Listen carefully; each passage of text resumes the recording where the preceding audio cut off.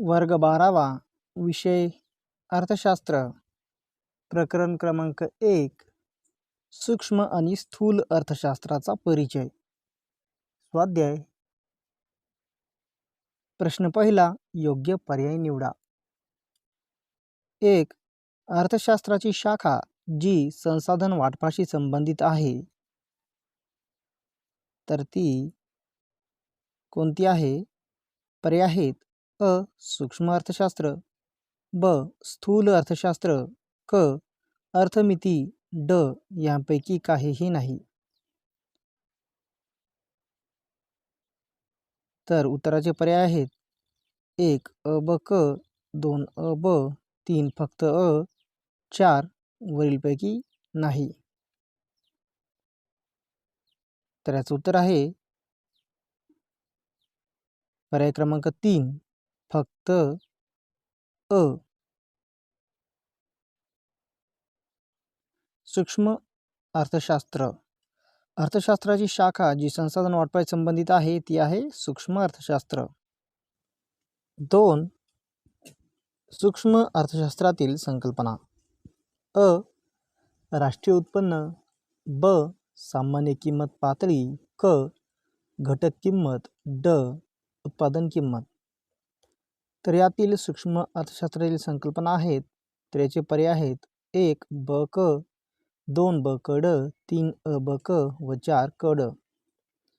उत्तर आहे पर्याय क्रमांक 4 क आणि ड। घटक किंमत, उत्पादन किंमत या सूक्ष्म अर्थशास्त्रातील संकल्पना आहेत। 3.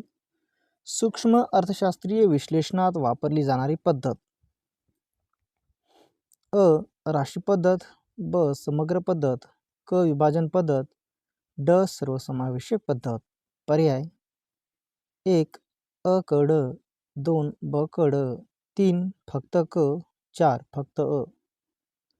उत्तर पर्याय क्रमांक 3 फक्त क, विभाजन पद्धत। सूक्ष्म अर्थशास्त्रीय विश्लेषणात वापरली जाणारी पद्धत विभाजन पद्धत। 4. स्थूल अर्थशास्त्र खालील संकल्पनांचा अभ्यास करते अ. संपूर्ण अर्थव्यवस्था, ब. आर्थिक विकास, क. एकूण पुरवठा, ड. उत्पादन किंमत। पर्याय 1. अ ब क, 2. ब क ड, 3. फक्त ड, 4. अ ब क ड।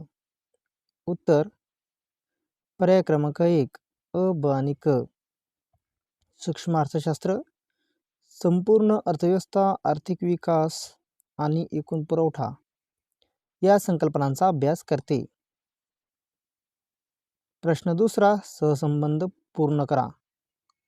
1. सूक्ष्म अर्थशास्त्र विभाजन पद्धत तर स्थूल अर्थशास्त्र रिकामी चौकट। तर या जागी येईल राशी पद्धत। 2. सूक्ष्म अर्थशास्त्र झाड तर स्थूल अर्थशास्त्र बरोबर काय येईल? जंगल। 3. स्थूल अर्थशास्त्र उत्पन्न आणि रोजगार सिद्धांत तर सूक्ष्म अर्थशास्त्र बरोबर येईल किंमत निश्चितीचे सिद्धांत, आर्थिक कल्याणाचे सिद्धांत। 4. मॅक्रोस स्थूल अर्थशास्त्र तर मायक्रोस सूक्ष्म अर्थशास्त्र। 5. सर्वसाधारण समतोल स्थूल अर्थशास्त्र तर सूक्ष्म अर्थशास्त्र काय येईल चौकटीमध्ये? चौकटीमध्ये येईल आंशिक समतोल सूक्ष्म अर्थशास्त्र।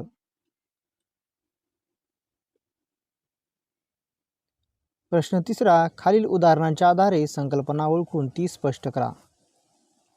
1. गौरीने एका विशिष्ट उद्योगातील वैयक्तिक उत्पन्नाची माहिती गोळा केली। उत्तर संकल्पना वैयक्तिक घटक किंवा वैयक्तिक घटकांचा अभ्यास।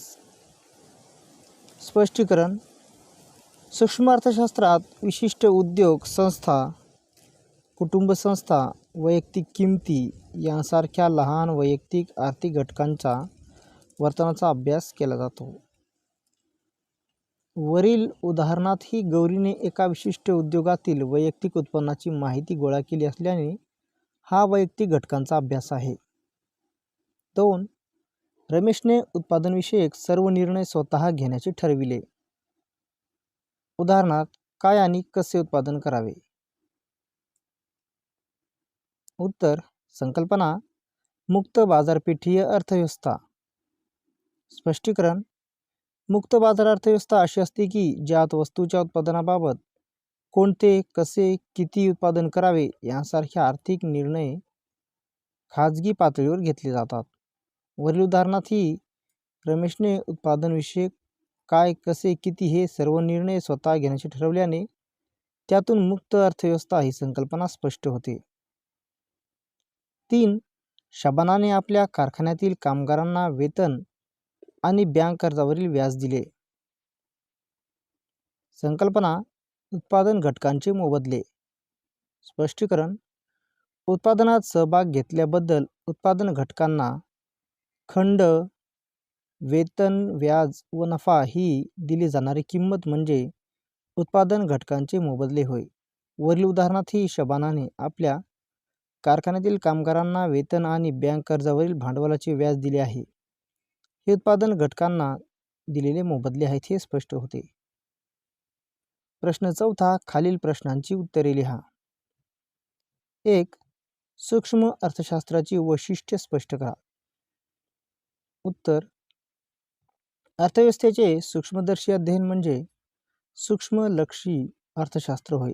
वैशिष्ट्य: सूक्ष्म अर्थशास्त्राची वैशिष्ट्ये खालीलप्रमाणे आहेत. वैयक्तिक घटकांचा अभ्यास. सूक्ष्म अर्थशास्त्रात विशिष्ट उद्योग संस्था, कुटुंब संस्था, वैयक्तिक किमती यांसारख्या लहान वैयक्तिक आर्थिक घटकांच्या आर्थिक वर्तनाचा अभ्यास केला जातो. उदाहरणार्थ, वैयक्तिक मागणी, वैयक्तिक उत्पन्न, वैयक्तिक पुरवठा. 2. विभाजन पद्धती. सूक्ष्म अर्थशास्त्रात लहान लहान घटकांमध्ये विभाजन केले जाते व नंतर प्रत्येक घटकाचा स्वतंत्रपणे तपशीलवार अभ्यास केला जातो. उदाहरणार्थ, राष्ट्रीय उत्पन्नातील वैयक्तिक उत्पन्नाचा. 3. आंशिक समतोल. सूक्ष्मलक्षी अर्थशास्त्रीय विश्लेषण म्हणजे आंशिक समतोलाचे विश्लेषण होय. आंशिक समतोल विश्लेषण पद्धतीत वैयक्तिक घटकाला इतर आर्थिक घटकापासून बाजूला काढून त्याच्या समतोलाचा अभ्यास केला जातो. उदाहरणार्थ, एक उपभोक्ता, विशिष्ट उद्योग इत्यादी अभ्यास. 4. किंमत सिद्धांत. सूक्ष्म अर्थशास्त्र वस्तू व सेवांच्या किंमत निश्चितीशी संबंधित तसेच उत्पादन घटकांच्या किंमत निश्चितीशी संबंधित आहे. या शास्त्रात किंमतींचा अभ्यास असल्याने त्याला किंमत सिद्धांत असेही म्हणतात. 5. बाजार रचनांचे विश्लेषण. सूक्ष्म अर्थशास्त्र पूर्ण स्पर्धा, मक्तेदारीयुक्त स्पर्धा, मक्तेदारी, अल्पाधिकार बाजार या विविध बाजार रचनांचे विश्लेषण करते. 6. मर्यादित व्याप्ती. सूक्ष्म अर्थशास्त्राची व्याप्ती तेजी मंदी, व्यवहार तोल, राष्ट्रीय उत्पन्न, दारिद्र्य, बेरोजगारी, लोकसंख्या, आर्थिक वृद्धी यासारख्या राष्ट्रव्यापी आर्थिक समस्यांशी संबंधित नसून फक्त वैयक्तिक घटकांपुरती मर्यादित आहे. अनेक गृहीतांवर आधारित सूक्ष्म अर्थशास्त्रात इतर परिस्थिती कायम या मूलभूत गृहीतकाचा आधार घेऊन विवेचनाची सुरुवात केली जाते. पूर्ण रोजगार, शुद्ध भांडवलशाही, पूर्ण स्पर्धा, सरकारचे निर्हस्तक्षेपाचे धोरण इत्यादी सिद्धांताचे विवेचन सोपे होते. सीमांत तत्वाचा वापर. सीमांत संकल्पना सूक्ष्म आर्थिक विश्लेषणाचे मुख्य साधन आहे. सीमांत परिमाण म्हणजे एका वाढीव नगामुळे एकूण परिमाणात होणारा बदल होय. याचा वापर सूक्ष्म बदलांचा परिणाम उत्पादक व उपभोक्त्यांचे आर्थिक निर्णय घेताना केला जातो. 2. स्थूल अर्थशास्त्राचे महत्त्व स्पष्ट करा. उत्तर: स्थूल अर्थशास्त्र अर्थव्यवस्थेच्या संपूर्ण कार्यपद्धतीशी संबंधित आहे. महत्त्व: स्थूल अर्थशास्त्राचे महत्त्व खालीलप्रमाणे आहे. सामान्य रोजगार पातळी. स्थूल अर्थशास्त्र रोजगाराची सर्वसाधारण पातळी आणि उत्पादनाचे विश्लेषण करण्यास मदत करते. राष्ट्रीय उत्पन्न. स्थूल अर्थशास्त्राच्या अभ्यासामुळे राष्ट्रीय उत्पन्न आणि सामाजिक लेखा यांचे अनन्यसाधारण महत्त्व समोर आले आहे. राष्ट्रीय उत्पन्नाच्या अभ्यासाशिवाय नवीन धोरणे मांडता येत नाहीत. आर्थिक विकास. स्थूल अर्थशास्त्राच्या अभ्यासातून देशातील दारिद्र्य, उत्पन्न व संपत्तीतील विषमता, लोकांच्या राहणीमानातील फरक इत्यादी समस्या समजण्यास मदत होते. त्यातून आर्थिक विकास साध्य करता येतो. आर्थिक चढउतार. उत्पन्नातील चढउतार, उत्पादन आणि रोजगार यांतील चढउतारांची कारणे तसेच त्यांचे नियंत्रण आणि त्यांची तीव्रता कमी करण्यासाठी स्थूल अर्थशास्त्राचे विश्लेषण मदत करते. स्थूल आर्थिक चलांचा अभ्यास. अर्थव्यवस्थेचे कार्य समजून घेण्यासाठी स्थूल आर्थिक चलांचा अभ्यास करणे महत्त्वाचे असते. आपल्या अर्थव्यवस्थेतील मुख्य आर्थिक समस्या या एकूण उत्पन्न, उत्पादन व रोजगार आणि सामान्य किंमत पातळी यासारख्या आर्थिक चलांशी संबंधित आहेत. अर्थव्यवस्थेची कामगिरी. संपूर्ण अर्थव्यवस्थेच्या कामगिरीचे विश्लेषण करण्यासाठी स्थूल अर्थशास्त्र मदत करते. राष्ट्रीय उत्पन्नाच्या आकडेवारीचा उपयोग दीर्घकाळात अर्थव्यवस्थेच्या कामगिरीचे मापन करण्यासाठी केला जातो. अर्थव्यवस्थेची कार्यपद्धती. स्थूल आर्थिक विश्लेषण आपल्याला आर्थिक व्यवस्थेच्या कार्यपद्धतीची कल्पना देते. हे विश्लेषण व्यापक गुंतागुंतीच्या अर्थव्यवस्थेतील विश्लेषण व्यापक आणि गुंतागुंतीच्या अर्थव्यवस्थेतील एकूण आर्थिक चलांचे वर्तन समजून घेण्यास मदत करते. 3. स्थूल अर्थशास्त्राची व्याप्ती स्पष्ट करा. उत्तर. स्थूल अर्थशास्त्र अर्थव्यवस्थेच्या संपूर्ण कार्यपद्धतीशी संबंधित आहे. व्याप्ती. स्थूल अर्थशास्त्राची व्याप्ती खालीलप्रमाणे आहे. 1. उत्पन्न व रोजगार सिद्धांत. स्थूल अर्थशास्त्र राष्ट्रीय उत्पन्न आणि रोजगार पातळी यांच्या निश्चितीचे विश्लेषण करते. तसेच उत्पन्न, उत्पादन, बेरोजगार पातळीतील बदल किंवा चढउतार यांची कारणे स्पष्ट करते. रोजगार पातळी कशी ठरते हे समजून घेण्यासाठी उपभोग फलन आणि गुंतवणूक फलन यांचा अभ्यास करावा लागतो. 2. सर्वसाधारण किंमत पातळी सिद्धांत. स्थूल अर्थशास्त्र सर्वसाधारण किंमत पातळी कशी निश्चित होते आणि त्यातील चढउताराची कारणे याविषयी विश्लेषण करते. त्यामुळे तेजी व मंदीने निर्माण होणाऱ्या समस्यामुळे सर्वसाधारण किंमत पातळीचा अभ्यास केला जातो. 3. आर्थिक वृद्धी आणि विकासाचे सिद्धांत. स्थूल अर्थशास्त्रात विकसित आणि विकसनशील देशांतील आर्थिक वृद्धी व विकासासंबंधित सिद्धांताचा समावेश होतो. त्यात अल्पविकास आणि दारिद्र्य यांची कारणे व कार्यपद्धतीचे स्पष्टीकरण केले जाते. तसेच वृद्धी व विकासाचा वेग वाढविण्यासाठीच्या व्यूहरचना सुचवल्या जातात. 4. विभाजनाचा समग्रलक्षी सिद्धांत. स्थूल अर्थशास्त्र सिद्धांत एकूण राष्ट्रीय उत्पन्नातील खंड, वेतन, व्याज व नफा यांच्याशी संबंधित सापेक्ष भागाशी निगडीत आहे. प्रश्न 5. खालील विधानांशी आपण सहमत किंवा असहमत आहात. सहकारण स्पष्ट करा. 1. सूक्ष्म अर्थशास्त्राची व्याप्ती अमर्याद आहे. तर याचं उत्तर आहे या विधानाशी मी असहमत आहे. कारण सूक्ष्म अर्थशास्त्रात विशिष्ट उद्योग संस्था, कुटुंब संस्था, वैयक्तिक किंमत यांसारख्या लहान वैयक्तिक आर्थिक घटकांच्या वर्तनाचा अभ्यास केला जातो. सूक्ष्म अर्थशास्त्राची व्याप्ती तेजी, मंदी, राष्ट्रीय उत्पन्न, दारिद्र्य, बेरोजगारी यांसारख्या राष्ट्रव्यापी आर्थिक समस्यांशी संबंधित नाही. त्यामुळे शास्त्र फक्त वैयक्तिक व लहान घटकापुरते मर्यादित असल्याने या शास्त्राची व्याप्ती मर्यादित आहे. तर या शास्त्राची व्याप्ती कशी आहे तर मर्यादित आहे.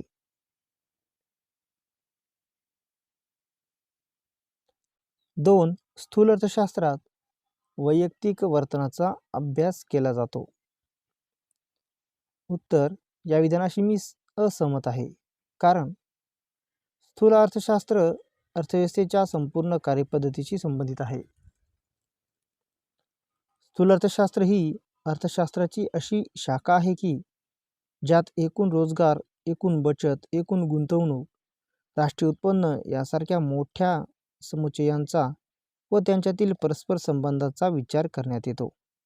त्यामुळे ह्या शास्त्रात समग्र घटकांचा अभ्यास केला जातो, तर सूक्ष्म अर्थशास्त्रात वैयक्तिक वर्तनाचा अभ्यास केला जातो.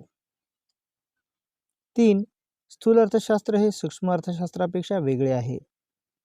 उत्तर: या विधानाशी मी सहमत आहे, कारण स्थूल अर्थशास्त्र अर्थव्यवस्थेच्या संपूर्ण कार्यपद्धतीशी संबंधित आहे, तर सूक्ष्म अर्थशास्त्रात विशिष्ट उद्योगसंस्था, कुटुंबसंस्था, वैयक्तिक किंमत यासारख्या लहान वैयक्तिक आर्थिक घटकांच्या वर्तनाचा अभ्यास केला जातो.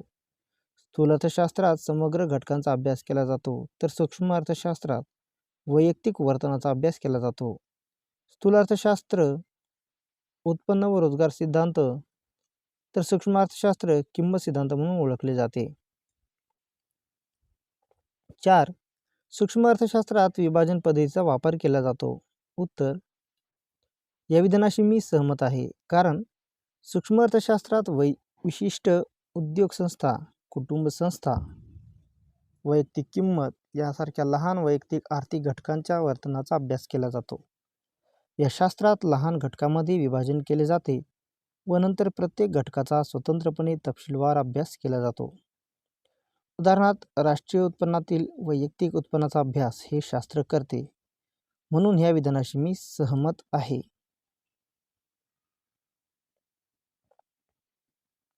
5. सूक्ष्म अर्थशास्त्र हे उत्पन्न सिद्धांत म्हणून ओळखले जाते. उत्तर: या विधानाशी मी असहमत आहे, कारण सूक्ष्म अर्थशास्त्रात विशिष्ट उद्योग संस्था, कुटुंब संस्था, वैयक्तिक किंमत यांसारख्या लहान वैयक्तिक आर्थिक घटकांच्या वर्तनाचा अभ्यास केला जातो. सूक्ष्म अर्थशास्त्र वस्तू व सेवांच्या किंमत निश्चिती तसेच उत्पादन घटकांच्या किंमत निश्चितीशी संबंधित आहे.